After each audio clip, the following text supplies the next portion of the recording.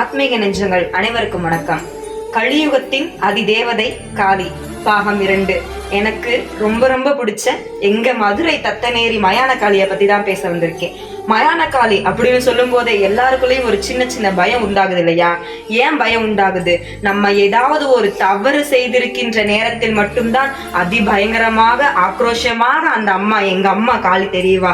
ஆனா எந்த தவறுமே செய்யாம அவளை பாசத்தோடு நெருங்கும் போது எங்க அம்மா ஒரு பச்சை குழந்தையா உங்க மடியில வந்து உட்கார்ந்துக்குவான்னு சொன்னா உங்களால நம்ப முடியுமா?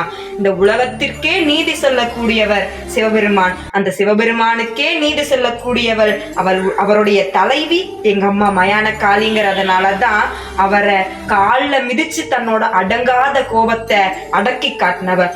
ஒவ்வொரு உயிரும் தன் உடலில் இருந்து பிரிந்த பிறகு ஈசனடி சேரணும்னு ஏங்குதே, அந்த ஈசனடி சேரணும்னு ஏங்குறப்ப அந்த உயிரை கை பிடித்து கூட்டிட்டு போறவ அதே அம்மா மயான காளி.